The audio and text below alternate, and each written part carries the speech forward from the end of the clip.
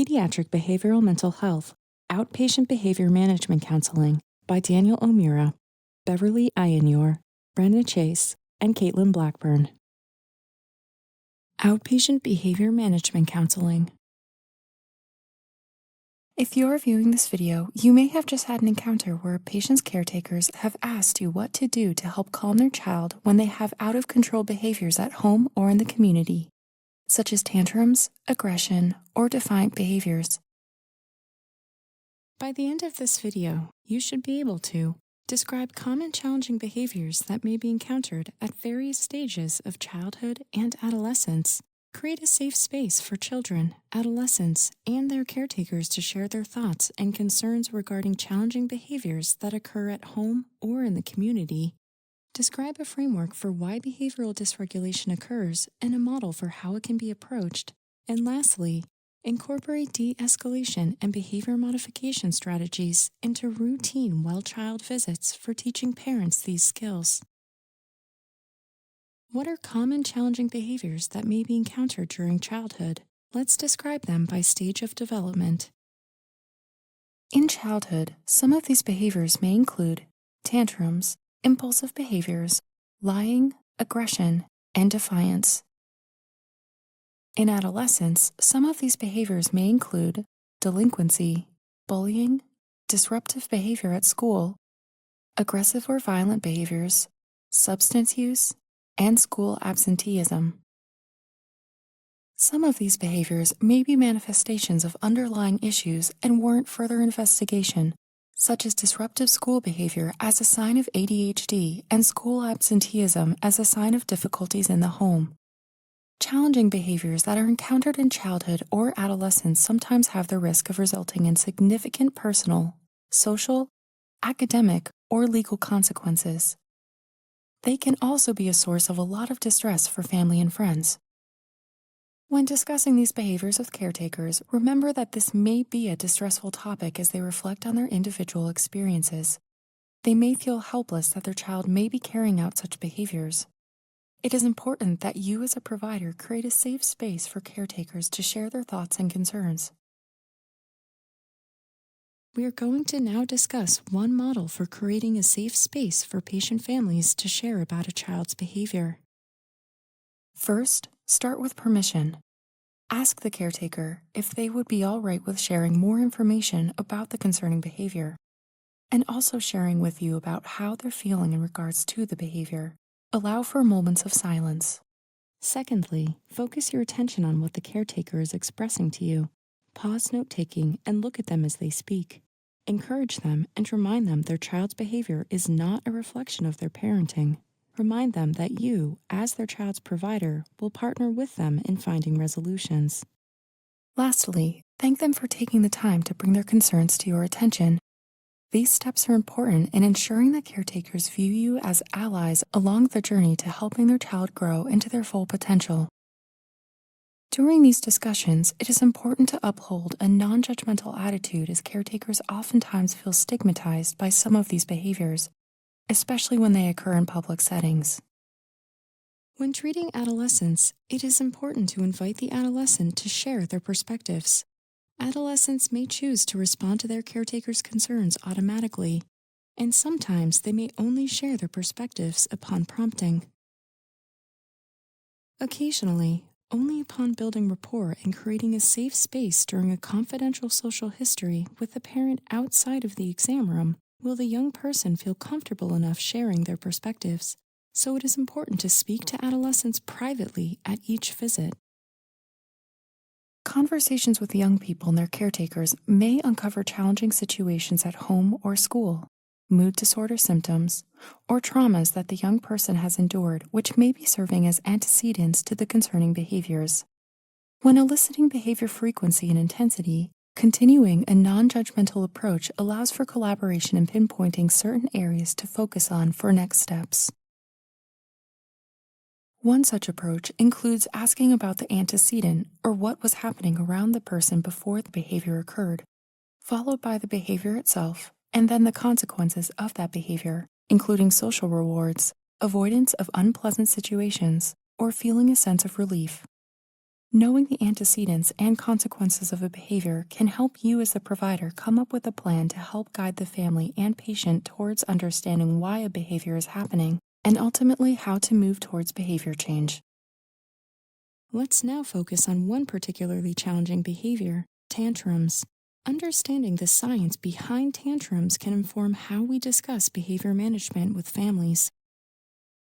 A temper tantrum, and more broadly, behavior dysregulation, primarily involves two parts of the brain, the amygdala and the hypothalamus. The amygdala regulates emotions and behavior, plays a role in evaluating environmental stimuli to determine their importance, and contributes to the formation of particularly meaningful memories. The hypothalamus, on the other hand, is crucial in the maintenance of homeostasis, as well as fight or flight reactions, feeding, and sleep. When presented with a given conflict, the amygdala acts as the brain's smoke detector and the hypothalamus as someone deciding whether to put gasoline or water on the fire by way of hormones such as adrenaline and cortisol. The actions of these hormones contributes to tachycardia, bronchodilation, and arousal, and also suppresses the function of the prefrontal cortex, a highly developed area of the brain essential to impulse control, behavior regulation, and insight into one's own and others' reactions. With a bit of logical self-reflection, adults can hit the brakes on a stress response. A driver who cuts us off on the highway often will not bring us to irrational action because we can pause for a moment, decide not to react, and move forward with our day. However, the prefrontal cortex doesn't fully develop until adulthood. Therefore, we must support parents in their efforts to calm their children with the knowledge in mind that children are working with different machinery altogether. Now, let's discuss a framework for managing behaviors that we can communicate to families. The framework of advice we can offer families involves three main steps, namely controlling their own emotions, managing the emotions of their children, and validating their children's feelings. First, parents must manage their own emotions. Parents can leave the room to take a few deep breaths or confide in a partner, whatever they need to de-escalate their own frustration. This intentionally allows parents to use their own calm state to calm their child. The efficacy of this technique may stem from mirror neurons, which fire in response to one's own and others' behaviors. When parents regulate their own emotions and dispositions, they can directly affect the manner in which their children respond to the same situation by watching their example. After regulating their own emotions, a parent must manage their child's reaction. To do this, caretakers can provide warm and empathetic cues with their body posture, tone of voice, facial expressions, and word choice to calm a child, which can quell the stress response experienced by the child and mitigate the effects on their actions. Crouching down and making eye contact with the children during a tantrum or behavioral outburst shows parents are listening and engaged. Parents can also encourage their child to self-soothe with other types of calming sensory inputs, such as breathing exercises and squeeze balls. It is important for parents to introduce these coping behaviors before a meltdown hits so that children can manage a tantrum on their own once it happens. There are some children for whom the simple coping skills we've mentioned might not be enough to support the family and patient in managing their perceived problematic behaviors, including some children who have developmental disabilities or diagnosed mood or attention disorders. In these cases, it is sometimes helpful to refer families to receive multidisciplinary support, including parent training, therapy, and consideration of pharmacotherapy in the case of diagnosed mood disorders, attention disorders, or PTSD. Finally, parents must validate their child's feelings. As much as parents might want to try explaining to their child why they should calm down, behavior correction rarely works when stress is high. Once a child's partially developed prefrontal cortex is back online, parents can take the opportunity to help them form a story about the tantrum and validate how hard the moment was, and repeating back what happened. Now that we have outlined the three basic steps to convey to parents, including regulating their own emotions, managing their child's emotions, and validating their child's feelings, let's discuss specific tips that you can offer families to prevent, limit, and de-escalate tantrums and other problematic behaviors. These tips can be broadly applicable to children of all ages. We recommend to parents that they take as many opportunities as possible to give attention to their child's good behaviors, in turn reinforcing the behaviors that they want their child to engage in. You might say, one way you can help shape your child's behavior is to catch them doing good often, and ideally much more frequently than you catch them doing bad. Your attention is a precious reward to your children, and by noticing your child engaging in desired behaviors, like politely greeting someone or sharing their emotions with words rather than violence, this acts as positive reinforcement for these behaviors. In your practice, model this for parents by providing genuine and specific praise for the children you care for when you notice them engaging in a desirable behavior. You could say, "You did such a wonderful job sharing your crayons with your little sister. I can tell you really care for your family and want to help out mommy, which is really awesome. Good job." We can also offer parents tips for what to do when behavioral escalation is already occurring. Caretakers can give children control over little things by offering small, directed choices with options rather than yes-no questions. Provide a distraction. Move to a new room. Offer a safer toy or game. Play music or sing a song. Choose battles and accommodate when reasonable and safe. Know the child's limits in terms of accomplishing tasks. Sometimes we don't get to finish the to-do list. Engage in active ignoring of negative, attention-seeking behaviors.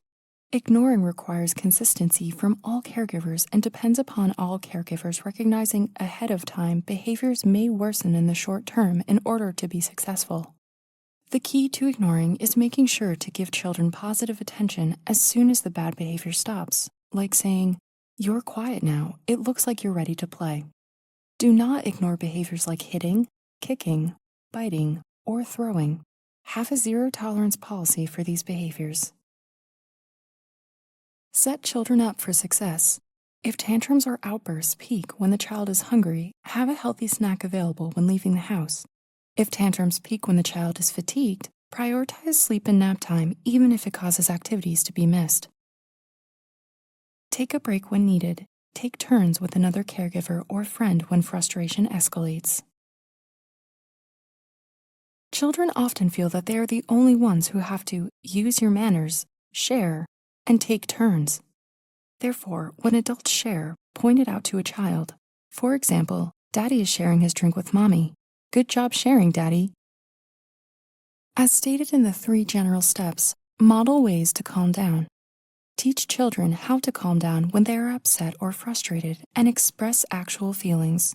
For example, if frustrated about sitting in traffic, one might say, "Mommy is really frustrated right now. Please help me calm down by taking 10 deep breaths with me."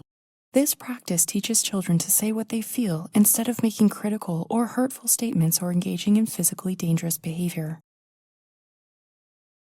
As we come to the end of our video, let's recap what we've discussed. In summary, the best way to improve behavior is to give children more attention when they are doing something desired by caretakers, and to remove attention when they are doing something caretakers do not want. Consistency from day to day is key in reducing the level of frequency of tantrums. Children's brains are still under development, and effective behavior management requires persistence, teamwork, and patience from caregivers and pediatricians alike. As pediatricians, we can empower caretakers to manage tantrums and challenging behaviors in a healthy and effective way, not only to reduce their length and frequency, but also to promote mutual trust and respect for all members of the family. We hope this video has been useful to you in growing your capacity to counsel families dealing with challenging behaviors. As providers, we must be alert to behaviors outside the range of typical, requiring us to consider the presence of a neurodevelopmental disability or a mental health disorder. We must also monitor for and provide support for caretaker mental health concerns or family stressors, which can impact a child's behavior. If behaviors are particularly challenging to manage, providers can refer the family for consultation with a social worker, psychologist, or developmental and behavioral pediatrician to discuss behavior management strategies. By partnering with families and providing support, empathy, and practical advice, you can connect with caretakers and patients in a meaningful way and positively impact the future of children in your practice. Thank you for watching our video.